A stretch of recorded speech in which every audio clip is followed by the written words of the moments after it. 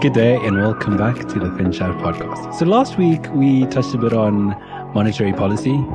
This week, fiscal policy and the economics of war. So instead of always like... Do you want to quickly explain the two, just the quick difference between the two, just really quickly? And I think, at this point, I think I need to share the rock. Josh, start us off with the definition. So monetary policy is basically governed by the Reserve Bank. They withdraw or inject money into the economy through the changes of interest rates, and they're responsible for stable prices and interest rates. Fiscal policy is more on the government side. They control that through spending more into the economy or taxing more, withdrawing money out of the economy. So it's both just injection and withdrawal of money from the economy is just two different participants and two different tools. All right. Now, with that being said, fiscal stimulus. My view is like funding war and the economics of war is really just like a vague, like blanket in terms of like hiding the fact that you're providing fiscal stimulus, because like, what I've seen in current times and in like prior times with prior wars, it's usually kind of when economies are struggling, and, they need a way to boost the economy, right? So a big thing that I found that governments did is invest into funding of wars, and what that does is basically boost welfare. It also it basically boosts up your employment numbers, because then you're taking more people off the streets and putting them into basically taking them out of the unemployment bracket, and also by providing skills, and also in the sense you're also kind of building infrastructure. So you're creating a lot of jobs in the process, right? And you're naturally gonna see GDP rise, obviously, because of the government spending, So that's kind of where I want to start this. And, I think it's two different sides depending where the war is. I think that's a very big thing. First and foremost, where is this war taking place? So obviously, if the war is taking place on my soil, I'm going to see, number one, a massive loss of infrastructure because it's taking place over here. And I think it's more qualitative than that. I think where we do boost GDP, we can see an opportunity cost within the GDP, because we're producing stuff for war when we could be producing stuff for like a normal economy, or we could be innovating for a normal economy too. So I think that also has to be taken into account. I think there's a lot that goes into the GDP, because I think there are some countries where, because in a war, you have to understand, especially in a lot of the earlier wars, when we say we're going to war, a lot of our industry, that's like our sole focus now. So whatever you made, you chime your part for the war. So if you make leather, for example, you're going to go and kind of go design army uniforms. Car manufacturers turn around and do other things. Yeah. And that opportunity cost may be heavy too. I mean, it also has been shown that war profits are very wide and very spread, but that opportunity cost may be heavy too. But I find what you're saying very interesting. So you're saying governments may lobby for war when it's not necessary, in your view? Yeah, but also I think touching on what you said, I think you made a really good point. It's kind of described as a broken window fallacy. Yes. Where let's say, because you said you want to break this down into the two sides, which we have it, right? So in the one side where with regards to the location of the so now location of war is in our country, right? So we're going to be basically inflating our economic growth, because we're basically just going to be rebuilding the infrastructure which was destroyed as a result of war. Yeah, so it's like building a road for 100 Rand. The GDP grows for 100 Rand, but then it's destroyed by a war, and then you just rebuild the road, and now suddenly there's 200 Rand of GDP growth, but actually there was just 100 Rand increase. In real terms, it's 100 So there's Rand. also just the classification of how we measure GDP also could manipulate the numbers of how good war is actually for GDP. It's also in modern times, because obviously post two world wars, and I saw this as a little effect on monetary policy. A lot of governments don't want to incentivize war because it looks away, and taxpayers generally don't want to pay tax to fund the war. So a person said that they suspect that one of the ways governments do is, instead of by directly taxing you, they'll obviously print out more money, which will push up inflation, and that's how they would fund their war, as opposed to through monetary policy. Yes.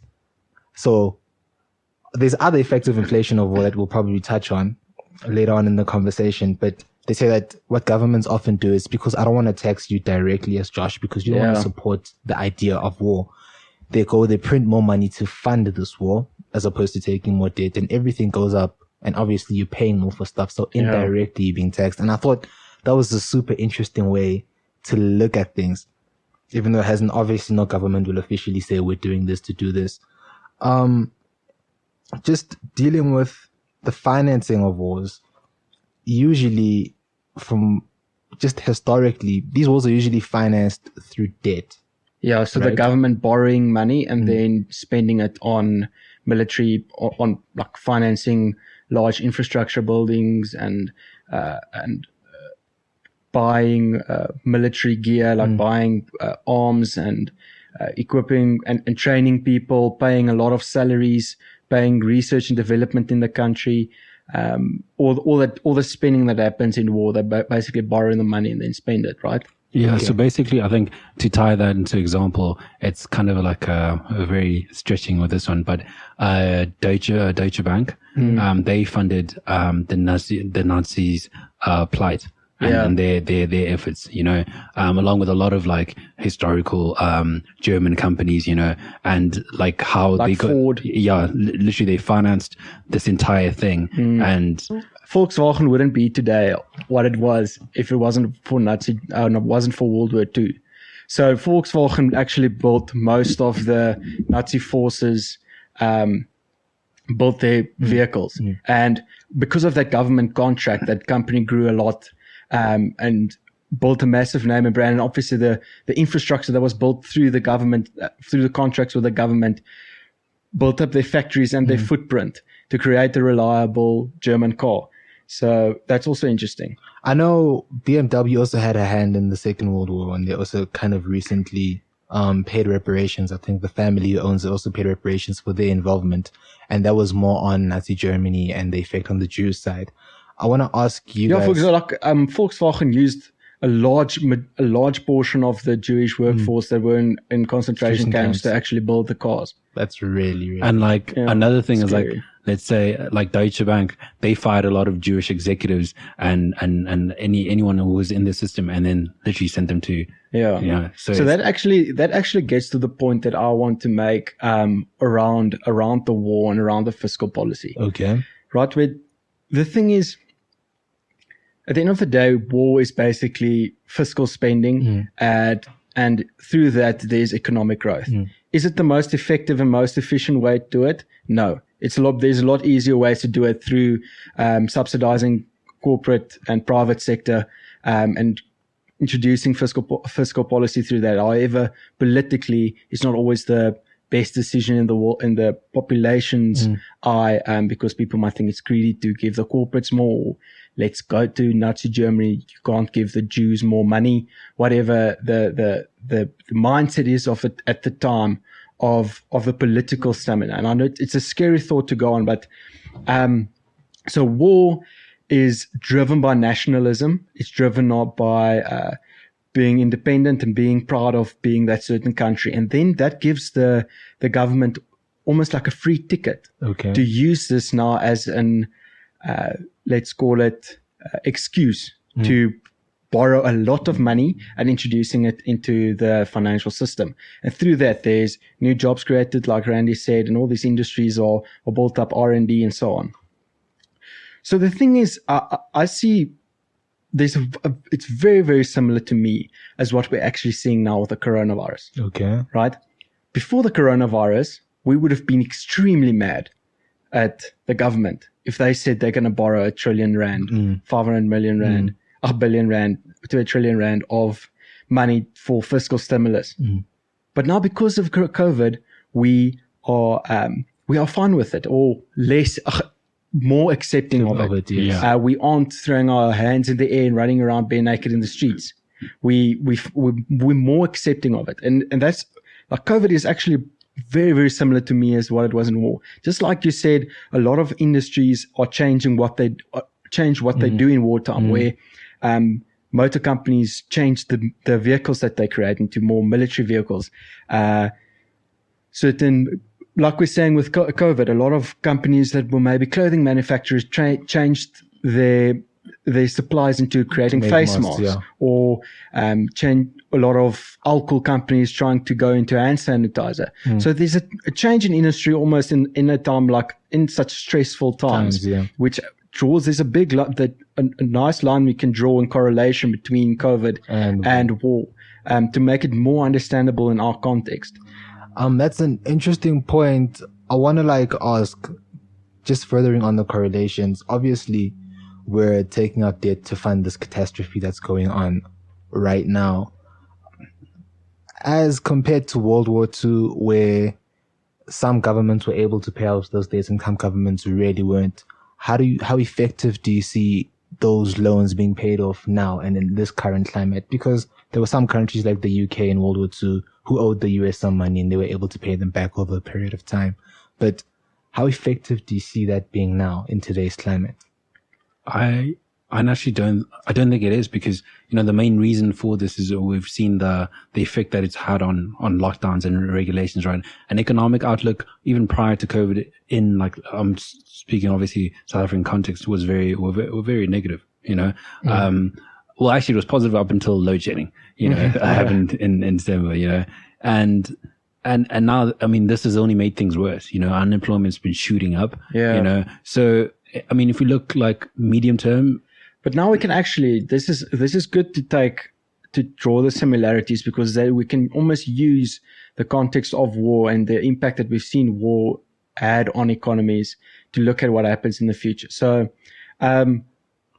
obviously from all this money that we borrowed has to go somewhere, right? Okay, there's a big worry about the amount of corruption to where the money is going, but not to dig into that, but rather go, that trillion rand, let's call it 750 billion rand, right? Because we don't know the exact figure. We just try to add up all the big packages or all the big loans that they announce over the news. So that has to go into the economy. So that's going to go to grants, right? That's going to go into trying to subsidize and provide relief for sectors. A lot of government-backed loans being provided through the bank. So the banks are used as a distribution center to facilitate a lot of loans to businesses, small businesses, and individuals. And so all this money is going back into the economy. Now, what we hope to see through that fiscal stimulus is that is actually going to start to be spent. If the grants aren't spent, or if the businesses don't reinvest into the company or keep their people employed, because a lot of small business can get rid of 80% of their labor force, slow down operations, just wait this thing out before they hire them, and then use that loan to almost just keep the business going alive. Because it's government backed. I think it's probably a lot cheaper to those borrowings, and there's debt relief and payment holidays and all of this. So what we'd hope to see is that the economy opening up and that money actually being spent, because I think at the moment that money is just being kept in a bank account, and the banks don't want to loan out. All the banks are super risk averse, are splitting up their loan books, saying, okay, I'm not going to even look at these clients. I'm not going to loan out to them at all. And then targeting that top of the top of the cream of the crop of the credit scores, and actually target them and give them massively big cheap loans. And what they're going to go, and they're not going to spend that. So there's not going to be a big multiplier effect. They're going to take that and invest it into fixed investments, go into property and actually fix that. So there's not a big multiplier effect, because that's what you hope through fiscal spending. You hope for that multiplier effect, but for me spending money to be able to pay another salary who is spent, who creates another salary who is spent, who creates another salary, and that creates the multiplier effect. I think it goes back to a conversation myself and Randy had a couple of weeks ago about just the risk averse nature of South African banks, and how much of an effect that's having, and how people have had to look into the private market and what role the private market has to play. And I want to ask you guys, keeping the war parallel, a huge function of war is to create jobs. How does that look in a COVID-19 catastrophic situation? I think the major issue is like this, the war we're facing now isn't a normal war. We're facing something that's invisible. We can't see it. It's in essence, we're all, the nice thing about COVID is that we're all united because we're fighting the same thing. Yeah, just like a war, a country is united. Yeah, becomes but national. naturally, I'm talking about like in a global context. But then the issue is that the enemy isn't. I mean, I'm not fighting Josh. Yeah, you know, I can't. I'm fighting a virus. Yes. Okay. You know, so the people. So in terms of creating jobs, it's also, yeah. But what's scary is actually that it's creating not a nationalization as we would hope to see. Okay. But which I think actually happened at the beginning. I think when it was first implemented, when the president actually when he yes. implemented lockdown, everyone's like, okay, this is good. Let's just do it for 3 weeks. Let's let it die down as quick as possible.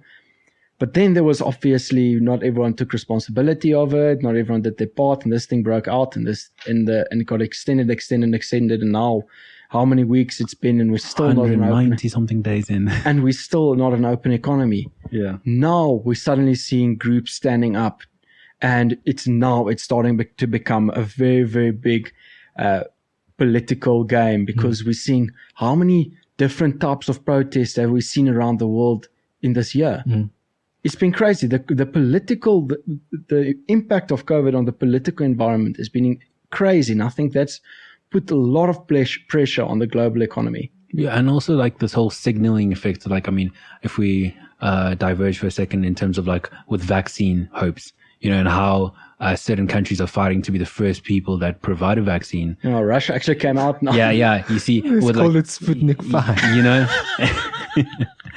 know, so in that context where it's like now if you provide the vaccine, it's the whole thing of like we were talking about a few weeks ago in our podcast, the whole creating a dependency so that you know economic strength, because now people would need to buy your currency in order to purchase your goods. You know, so in that sense, it's also a COVID relief type of, in my view, the COVID relief system, because if you create the first vaccine, you can provide it, you know, and all those losses that you amounted to in your economy can be recovered. Yeah. You know?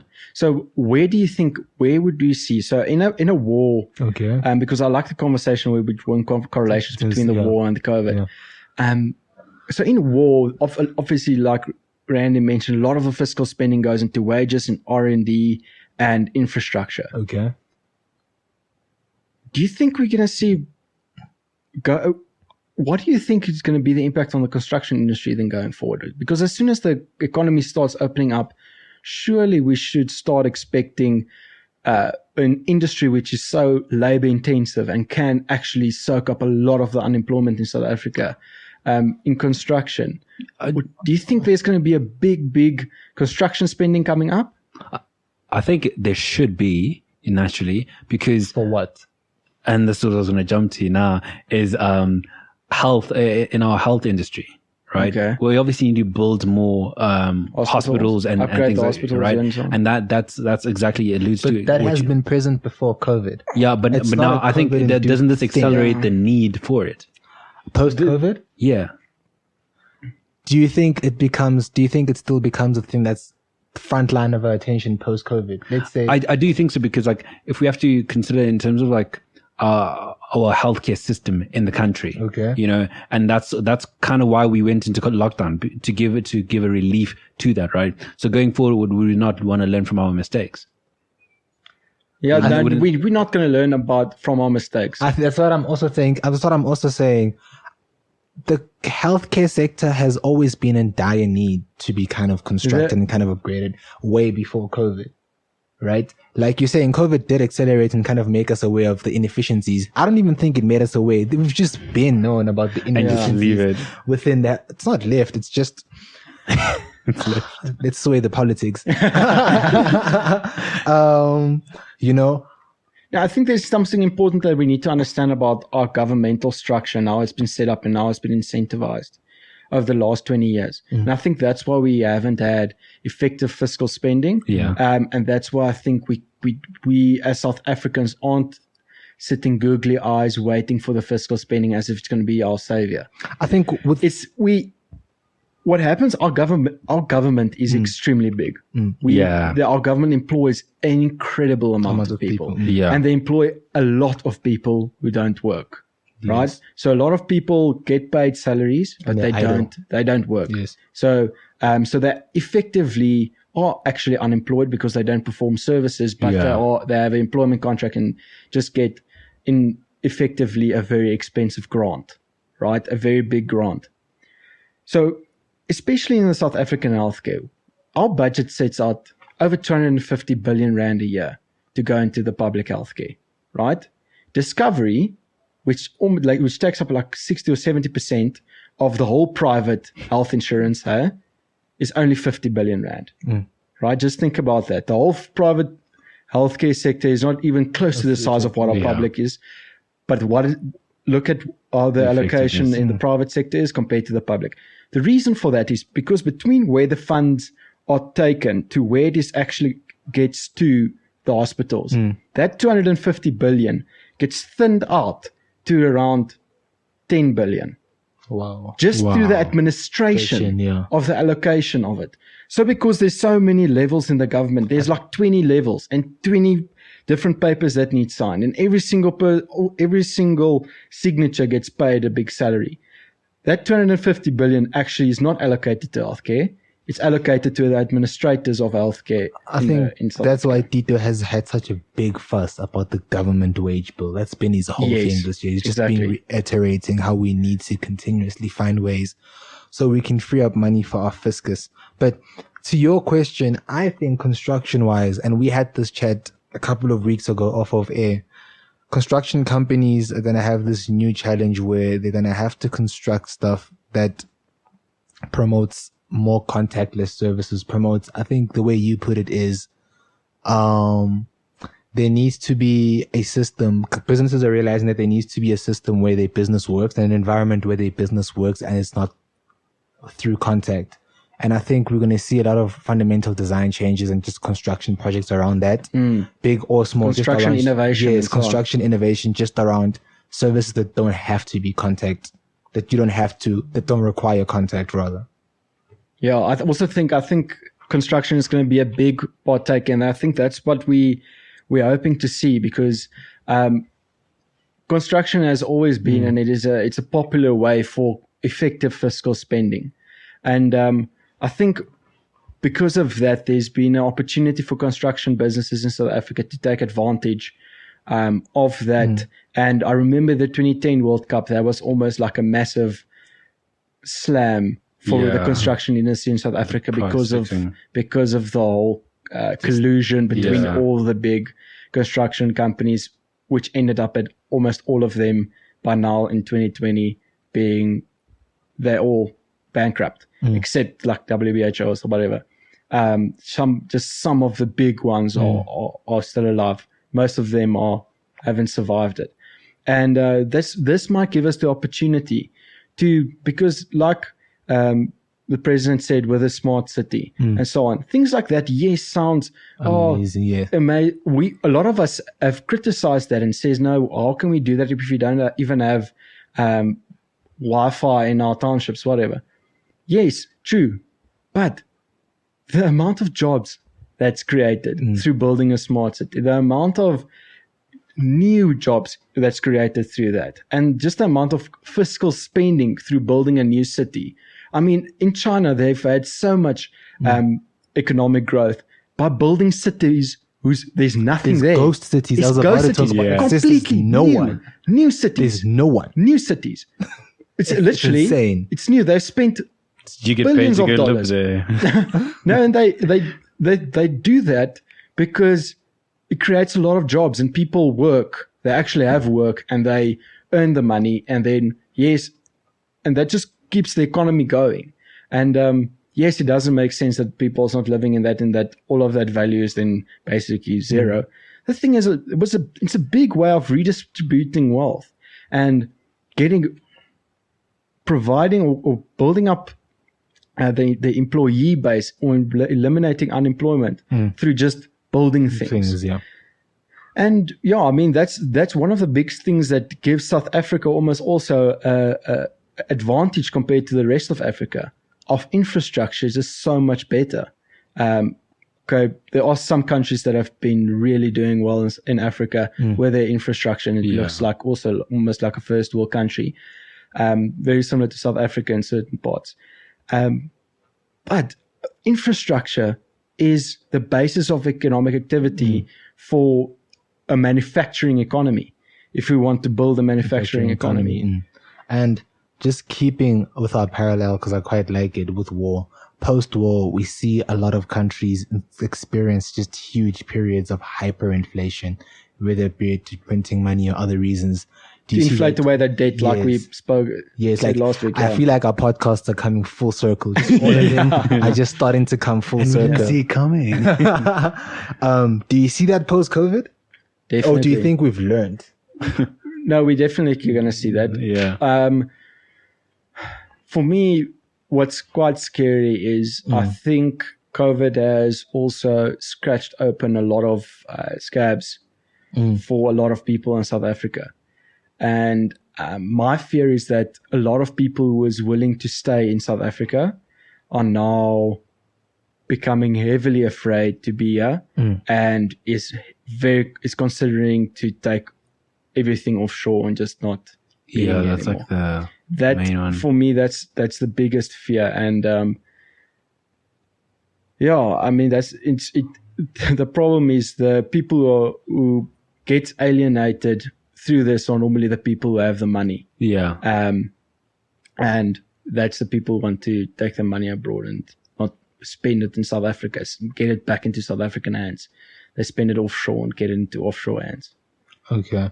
Governments during war are known to be less cautious on who they give contracts to and how they allocate money. So private sector, They give it to their friends. yeah.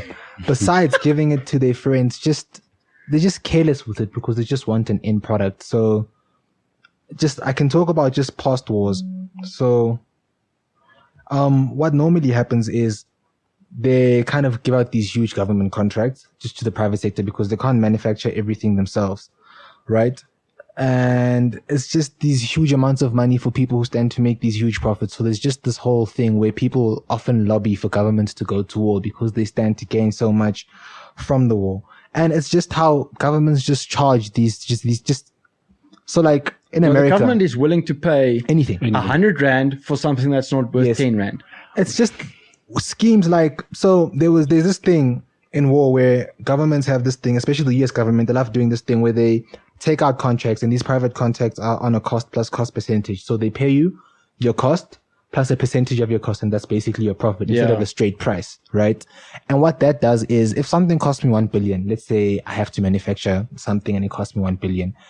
If I can inflate that to 4 billion somehow, so if my executives can go stay at the biggest hotels and stuff, I stand to make like a Josh would say, like a moose load of profit. I stand to make so much profit as opposed to that.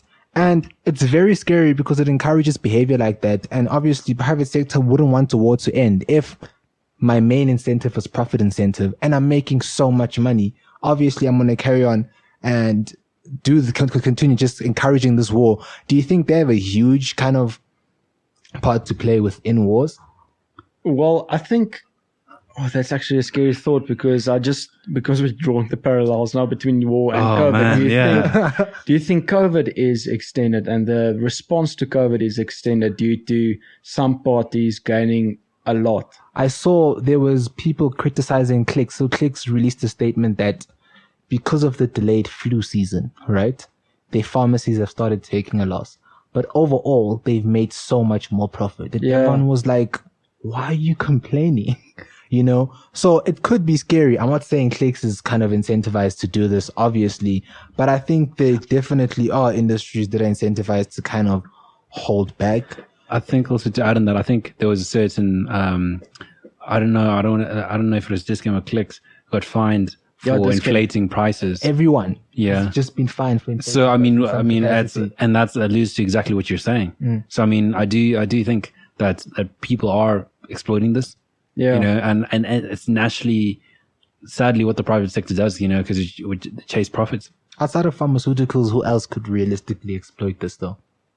Well, what do we need? We need ventilators. We need protective yeah. So clothing. automotive, I know, because there's been a lot of automotive companies providing ventilators as well. Yeah.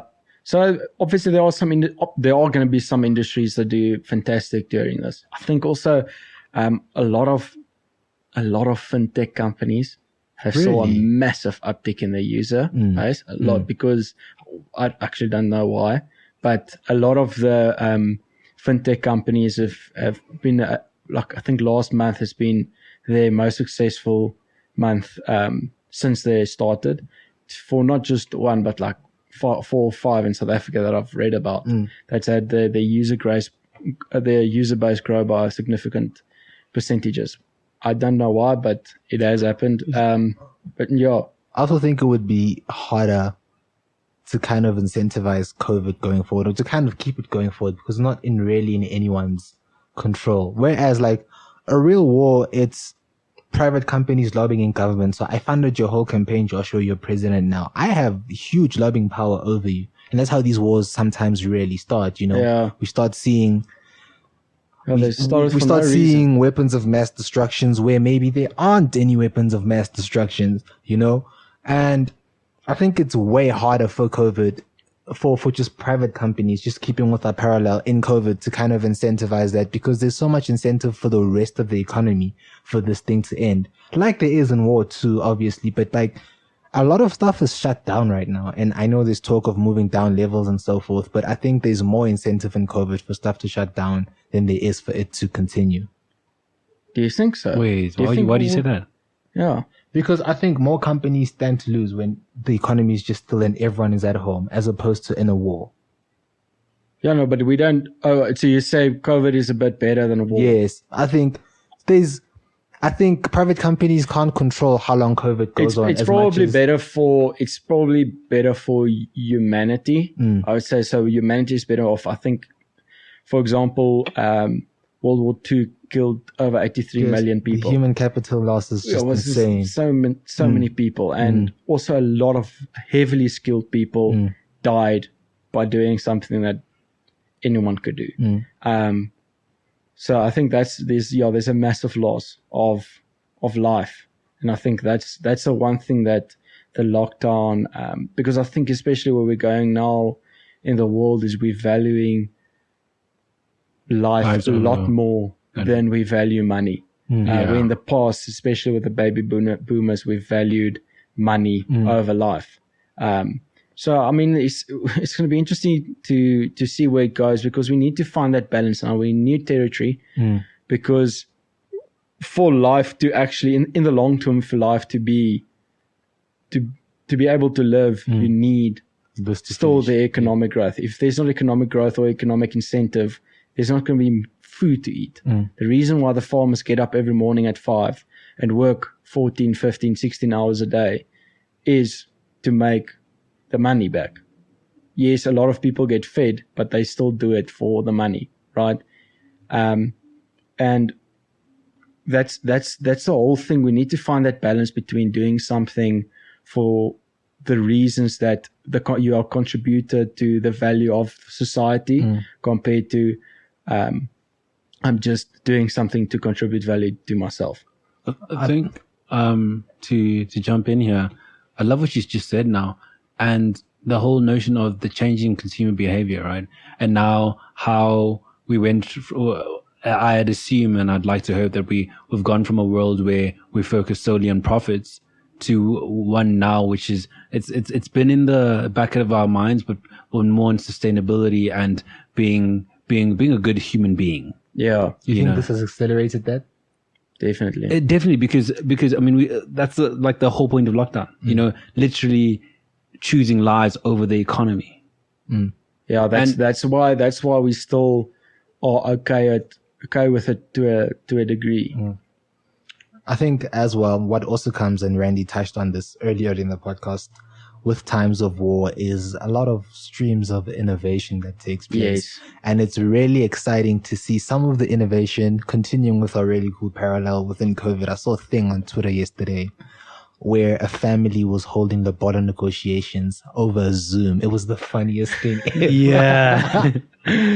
And I think it's just been an interesting time for just like some really cool stay-at-home innovations Yeah. like you would see in a war.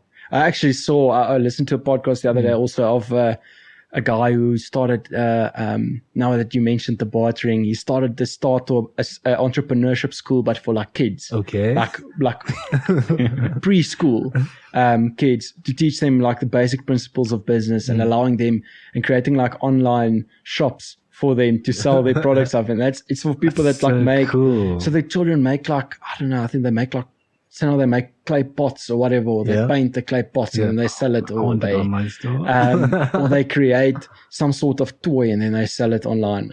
They don't make a lot of profit or whatever. You're making still, profits in some of those kids are making $2,000 in like 3 weeks. That is just massive insane. return. Some clever child that just, maybe their parents are, I don't know, but they still, it's such a cool innovation, because I think the importance of being flexible and being resourceful and being innovative and finding solutions to big problems actually come through this difficult economic times. And let's not call it difficult times for humanity in general. Yeah. Where we, and I think obviously this has been one of the biggest events that the world has ever seen. Yeah. I know that during the Great Depression in 1929, the global GDP dropped to 15%. In 2008, compared to that, was only a drop in global GDP with 1%. Yeah. And I think actually from COVID, we're going to have a massive drop from global GDP. Wow. I won't be surprised if our global GDP drop with 20%, which is the worst it's been. Great Depression levels? Yes, but the thing is, remember we spoke about this in the monetary policy episode in the quantitative easing. Back in those days, the dollar was backed by gold. Yeah. Right? So they couldn't just print money. Now, we'll just print money and inflate away the debt over time. So I don't know how sustainable that is, but that's definitely going to be the solution for whatever, to keep.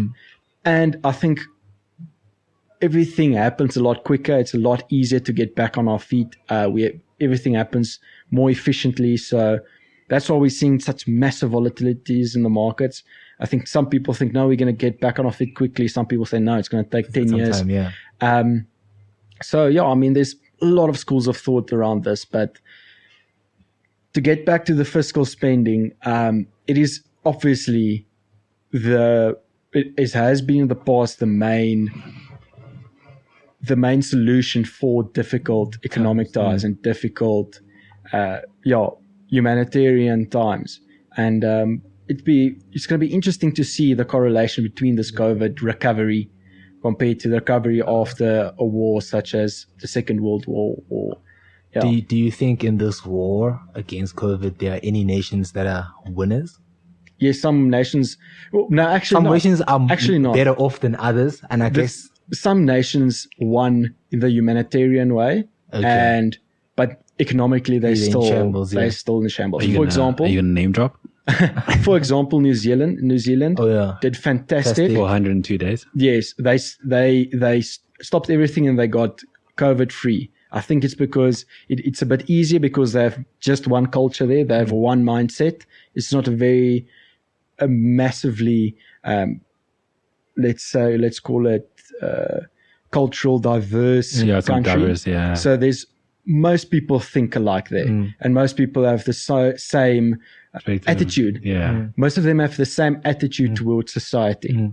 And that just makes it, in my opinion, a bit boring, but still they did very well in that way, and now they can travel anywhere in New Zealand where they want.